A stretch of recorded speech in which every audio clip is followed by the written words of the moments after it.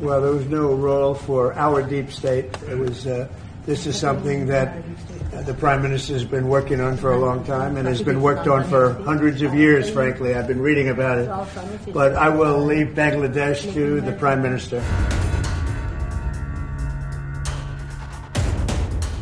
জো বাইডেনের বিদায় এবং ডোনাল্ড ট্রাম্পের হোয়াইট হাউসে প্রবেশে কি সিঁদুরে মেঘ দেখছে বাংলাদেশের তদারকি সরকার?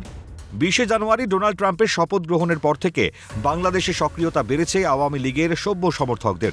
একাধিক বিবৃতি দিয়েছেন সে দেশের ক্ষমতাচ্যুত প্রধানমন্ত্রী শেখ হাসিনা। এই তৎপরতার নেপথ্যে কি ওয়াশিংটনের ইন্ধন? এদিকে মার্কিন প্রেসিডেন্ট প্রধানমন্ত্রী মোদীকে পাশে বসিয়ে বললেন, বাংলাদেশটা প্রাইম মিনিস্টার দেখে নেবেন। মিস্টার প্রেসিডেন্ট কড়া বার্তা পাঠিয়েছেন পাকিস্তানকেও। পাশাপাশি ডোনাল্ড ট্রাম্প মুম্বাই হামলার চক্রী তাহিউর রানার ভারতে প্রত্যার্পণের অনুমোদন দিয়েছে।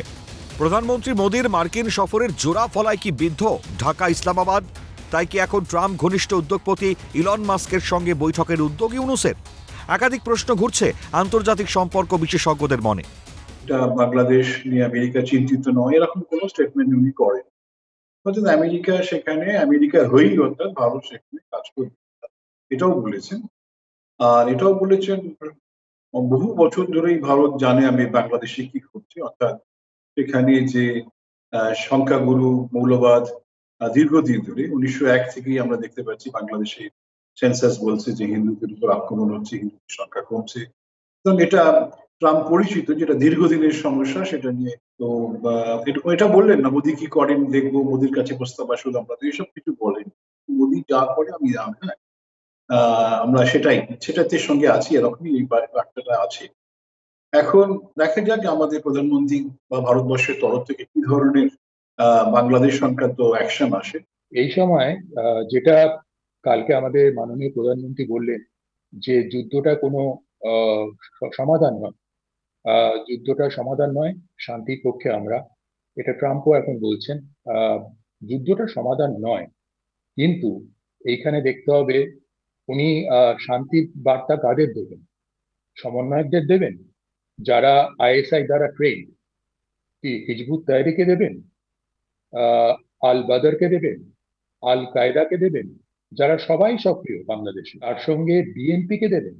বিএনপি মানে বাংলাদেশ ন্যাশনালিস্ট পার্টি, যার নেত্রী খালেদা জিয়ার ভারতের বিরুদ্ধের অবস্থান প্রমাণিত।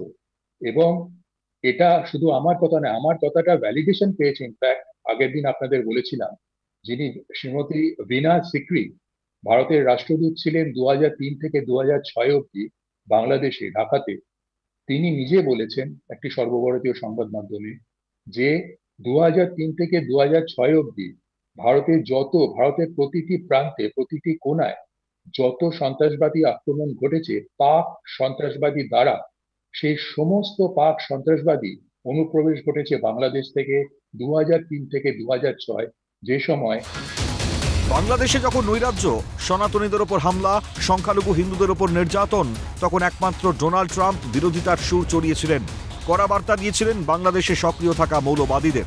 তার শপথ গ্রহণ ভাষণেও মৌলবাদের বিরুদ্ধে জেহাদের ডাক মার্কিন প্রেসিডেন্টের।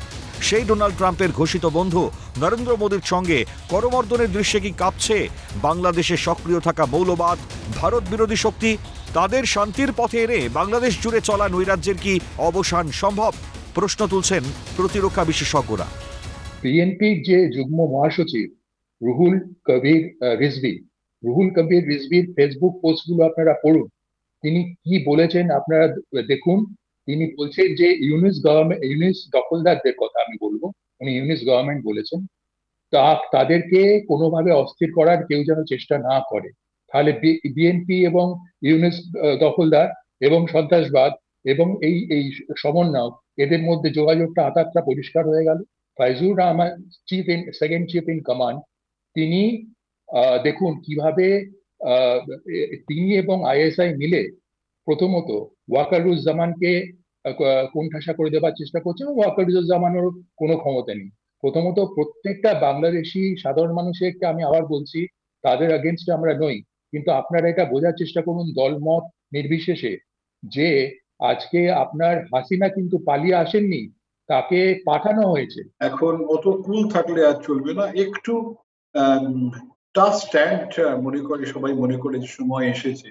না হলে বাংলাদেশকে দেখা যাচ্ছে সে একেবারেই কোনোভাবেই তার যে ভারত বিদ্বেষী ভাব থেকে, হিন্দু বিদ্বেষী ভাব থেকে সরে আসছে।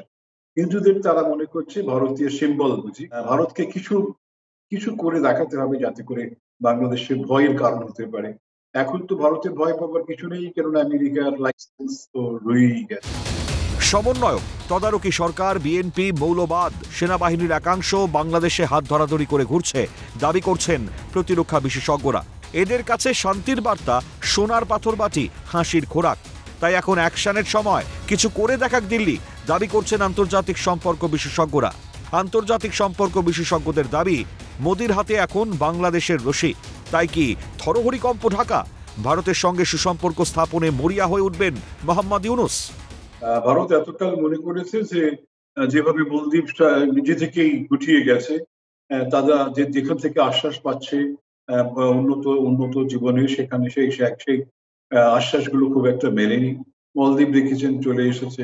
শ্রীলঙ্কাও ভারতের কাছে মাথা নত করেছে, বুঝতে পেরেছে যে হেমন্তটা নিয়ে যে চায়নার যে সমর্থন, যে জনসহায়তা খুব একটা কাজে লাগেনি। হ্যাঁ, সবাই দুজনেই কিন্তু চাইনিজদের সে প্রলোভনে পা দিতে গিয়ে বিপদে পড়েছে। বাংলাদেশ সেই জায়গাতেই যাবার চেষ্টা করছে, সঙ্গে পাকিস্তান আছে। শুধু কড়া বার্তা নয়, কড়া অ্যাকশন নিতে হবে। আমরা আমরা আমরা নেক্সট টু বাংলাদেশ, আমরা সবচেয়ে বেশি বর্ডার শেয়ার করি 2217 kilometre. It's not a matter of joke. আমাদের 4097 যে কিলোমিটার রেড ক্লিফ লাইন আছে, তার মধ্যে 2217 কিলোমিটার আমরা শেয়ার করি। আজকে আমি কেন বলছি বারবার যে উত্তর পূর্বাঞ্চল ইজ অ্যাট রিস্ক, তা দেখুন সেটা প্রমাণ মিলল মণিপুরে রাষ্ট্রপতি শাসন জারি করতে হলো। যে দেখুন যেখানে যেখানে হামলা হচ্ছে, রংপুর, গাজীপুর, সমস্ত জায়গায় আইএসআই কিন্তু বেস করেছে।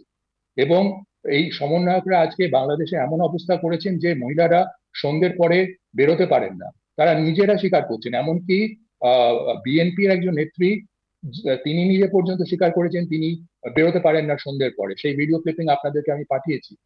তো সেখানে আজকে আপনারা আশা করেন যে তারা ইউনেসের কথা শুনবেন?